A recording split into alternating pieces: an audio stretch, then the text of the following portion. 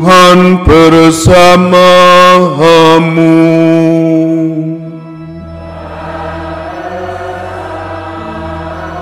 Inilah Injil suci menurut Lukas.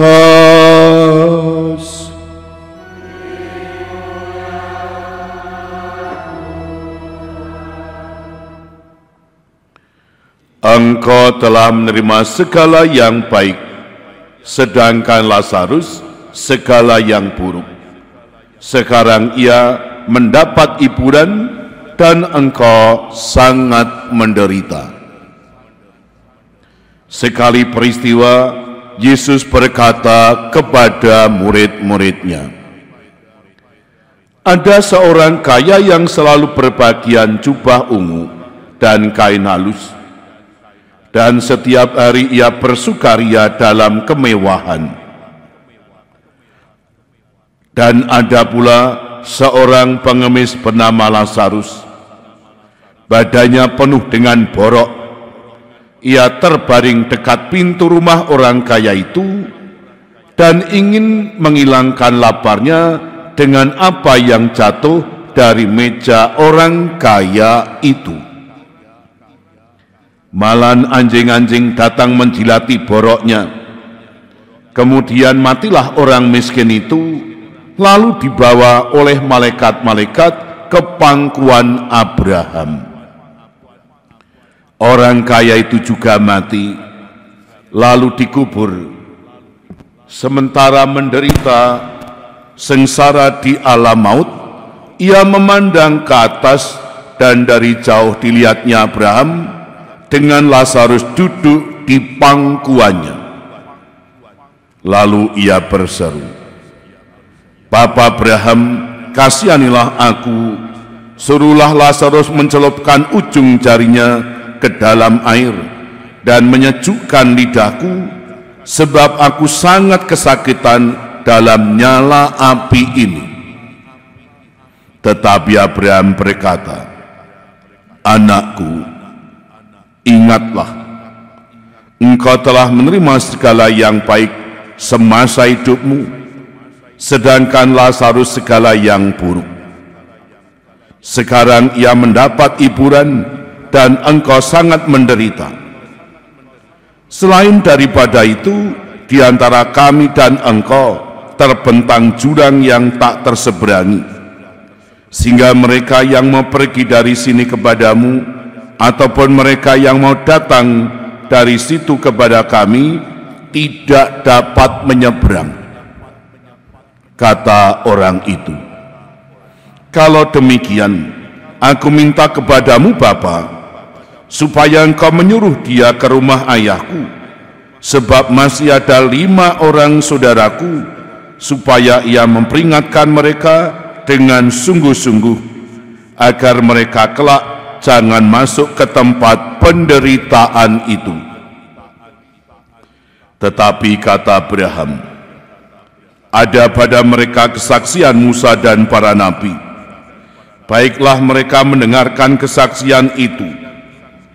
Jawab orang itu, tidak Bapa, tetapi jika ada seorang yang datang dari antara orang mati kepada mereka, mereka akan bertobat. Kata Abraham kepadanya, jika mereka tidak mendengarkan kesaksian Musa dan para nabi, maka mereka juga akan tidak mau diyakinkan, sekalipun oleh seorang yang bangkit dari antara orang mati. Demikianlah sabda Tuhan.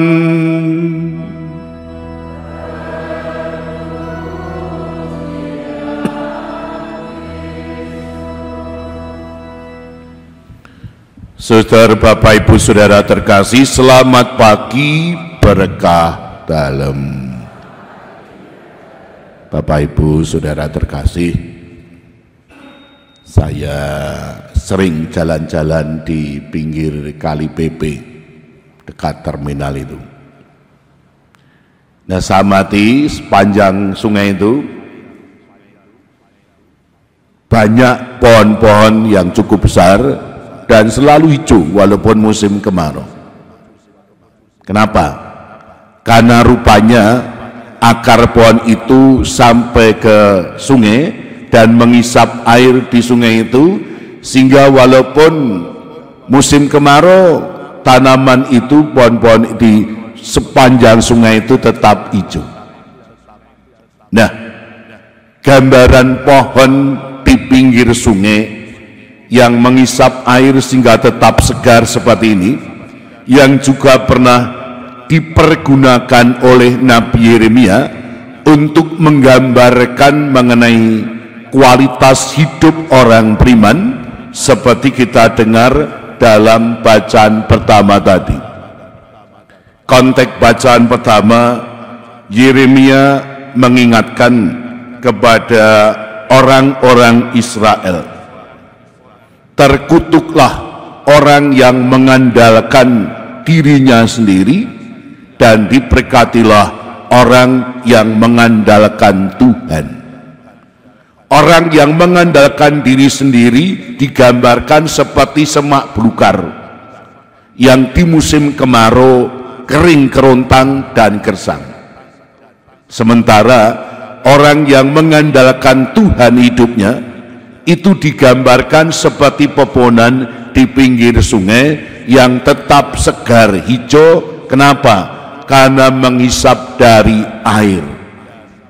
Nah, kenapa Yeremia kok menyampaikan gambaran seperti ini dan mengingatkan agar orang Israel jangan mengandalkan diri sendiri, namun mengandalkan Tuhan?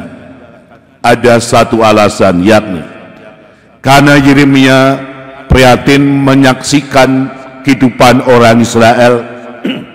Ada sebagian di antara mereka yang cenderung hidupnya mengandalkan diri sendiri. Akibatnya apa? Akibatnya mereka seperti semak belukar, hidupnya terasa kosong, kering, ampang, dan tidak gairah. Mereka tidak merasakan hidup yang gembira sukacita, hidupnya serba terbebani. Maka atas kondisi seperti itu, Yeremia sebagai nabi yang mendampingi orang Israel mengingatkan, janganlah kamu mengandalkan hidupmu diri sendiri, tetapi andalkanlah Tuhan. Supaya apa? Supaya hidupnya nampak segar, gembira, dan sukacita. Lalu caranya bagaimana supaya mereka bisa nampak segar? Jawabannya adalah orang mesti harus selalu menyatu dengan Tuhan dalam berbagai macam kegiatan rohani. Misalnya entah berdoa, entah beribadah, atau melakukan berbagai macam kegiatan rohani. Orang yang melakukan kegiatan rohani bagaikan akar pohon yang sedang mengisap air kehidupan, dan orang itu pasti akan mengalami kesegaran. Contohnya seperti apa? Orang yang selama hidupnya setia mengandalkan Tuhan, misalnya seperti yang dialami baik Abraham maupun Lazarus, seperti kita dengar dalam bacaan Injil tadi. Mereka adalah orang-orang yang terbukti selama hidupnya setia kepada Tuhan, mengandalkannya. Maka ketika hidup di alam abadi, jiwa mereka tetap segar, mengalami sukacita. Sebaliknya, orang kaya tadi selama hidupnya mengandalkan diri sendiri, tidak pernah mengandalkan Tuhan. Di dunia mereka seakan-akan hebat, tetapi begitu di alam abadi mereka justru menderita luar biasa. Nah, Bapak Ibu sudah terkasih, setia mengikuti berbagai macam kegiatan rohani sebagai penanda bahwa kita mengandalkan Tuhan, sehingga membuat rohani kita segar, gembira, sukacita seperti ini yang mau diwatakan oleh gereja kepada kita hari ini. Nah, kita hampir tiap pagi sudah bertahun-tahun ini setia ke gereja ini dan menimba kekuatan rohani melalui Ekaristi. Ekaristi adalah nutrisi hidup rohani orang Katolik. Ini baik. bahwa kita tiap pagi datang ke gereja merayakan Ekaristi itu bagaikan tanaman di pot seperti ini yang selalu disiram. Lalu apa? Rohani kita itu segar, hidup kita itu gembira, walaupun urusan kita banyak, tetapi karena menimba kekuatan rohani, lalu menjalani hidup ini dengan segar, gembira, sukacita. Sementara non sewu umat kita yang tidak pernah ke gereja, mingguan ra mangkat apalagi harian tur atau sembahyang wis kuwi kaya semak belukar, hidupnya kosong kering, kon sembahyang mesti wegah, kambon rohani mesti wegah. Kenapa? Karena ora kulino, mereka mesti kosong. Amboyo bodone oke, tetap ngongso, ora tau ayam tentrem. Nah, kita orang yang terima, yang sumeleh, yang selalu mendapat berkat ini, semoga selalu mengalami sukacita dalam hidup ini. Kemudian kepada Bapa dan Putra dan Roh Kudus.